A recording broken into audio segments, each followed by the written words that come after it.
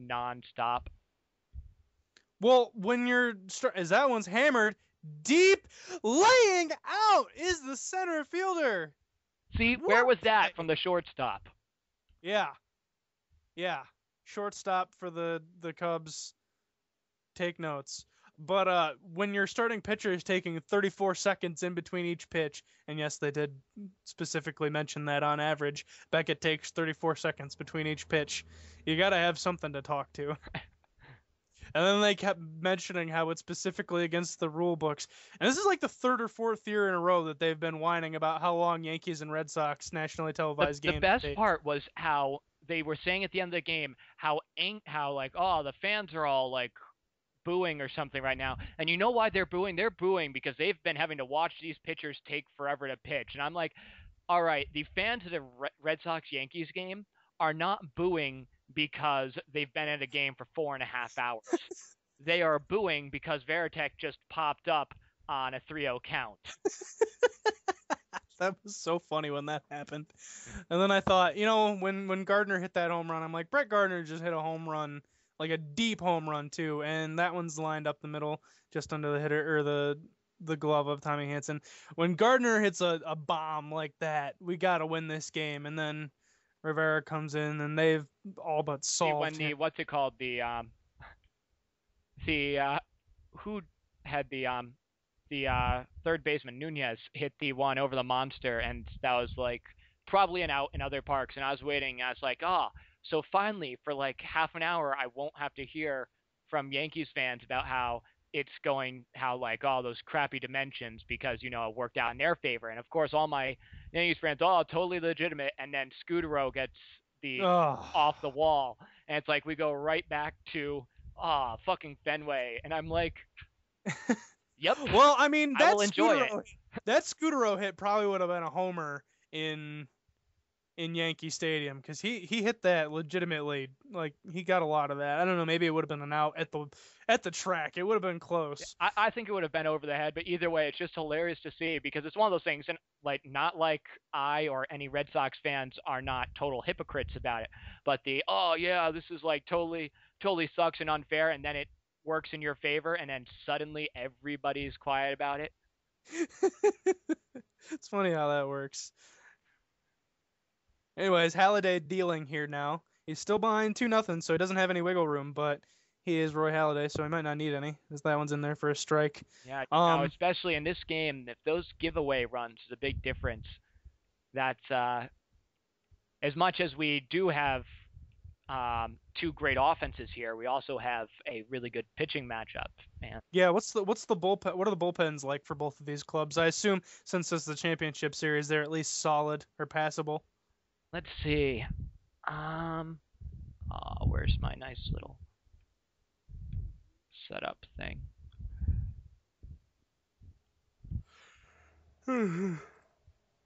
Oh yeah, I have it right here. I can look at I'm looking at the bullpens. The Scrubs have a decent bullpen. Yeah, Scrubs have a decent one. Gorons have one that's a bit below average. When you get down to it. That's something for that's an advantage for the Scrubs definitely with the bullpen. Yeah, so if they can get Hanson out of here, and they don't really. The thing about the Gorons, who obviously, as we know, put everything that they had into getting a good pitching, a good lineup together. They don't really have any shutdown guys in the bullpen. The closest they've got is Wandy Rodriguez, and he's really been a long relief guy. He's been good, but in his, he's got 2 games, and they were both like 3 innings each. The 3 middle relievers, Bailey, Garza, and Caps, have not been impressive at all this year. I see he's been using Bailey as his closer. That's kind of strange. Mm-hmm. The Bailey, I mean, he converted the saves, but although on the other hand, so far in the postseason, given up 1 run in about 10 innings. Is that one? That one is going to make it to the wall. That's going to score a run. This might be a triple. He's going to 3. The throw, not in time. Good hard Canadian boy or whatever. Good cold Canadian boy. Oh, man. Noticed that he's been injured this year, and when he's not injured, he hasn't been producing. You know why? He remembered he's Canadian. Nothing to do with the stadium there and whatever. Not at Whatever. all. Oh, what's wrong with them? Like, why won't they? As that one's gonna be popped up. Is there 2 outs? There's only one. And that will tie the game. So the Scrubs efficiently tie the game there. Good base running by Bay to get to third, and then the sacrifice fly there. And fielder clubs that one. Is it going to be caught? Yes. So good game here. No, that was the second out. So Bartlett here had that one homer in his first postseason game, I believe it was, and then he did hit a grand slam in a game that was overruled in a protest ruling over misplayed game regulations, and it was taken away from him. What happened?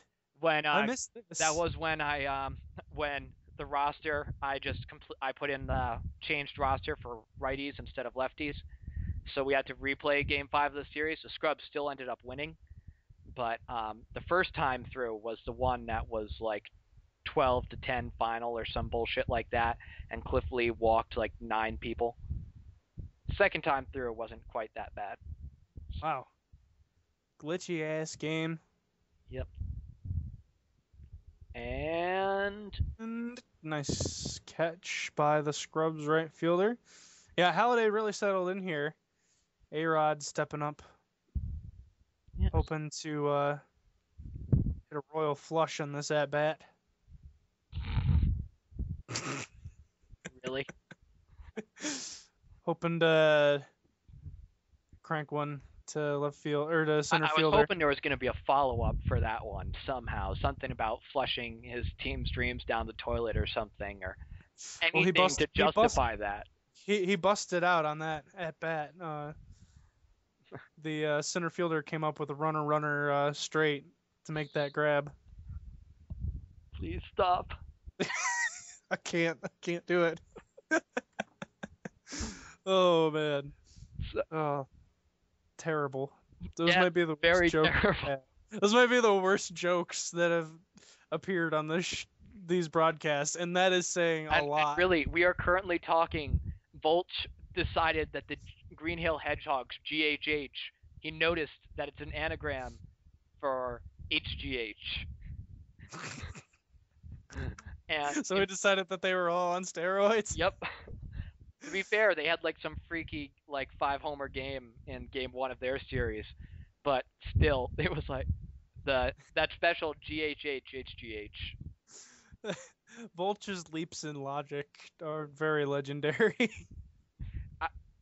I just wonder, it's like if there's a way that you could kind of follow his thoughts. Like there's one episode I remember of Pinky and the Brain, where it followed his thoughts.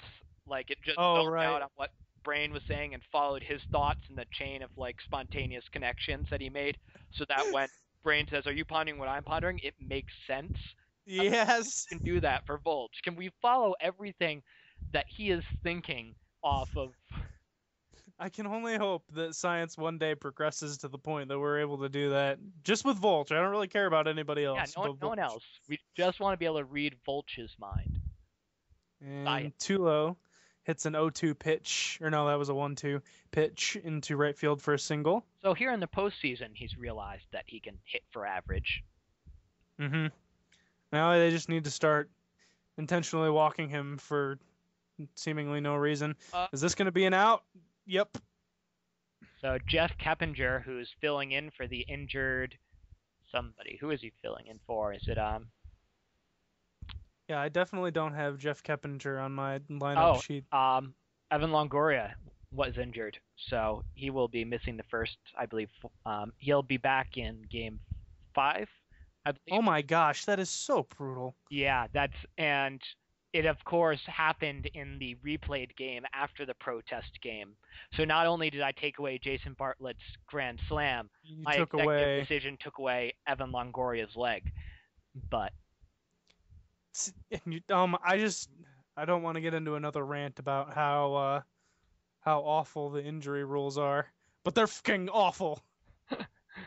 Yeah, well, maybe you should draft more durable players then.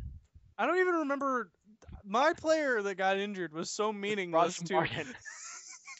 I think he only hit like 0.23 higher than the guy that replaced him as Cruz strikes out swinging. In fact, we can check this. Russ Martin was hitting 140. He hit 146 on the season. He got injured and was replaced by Kelly Shopik, who hit 188. So his injury was the best thing to happen to your team. Kelly All right, Shop I guess I should stop bitching about with his this. 0 RBI and 0 runs.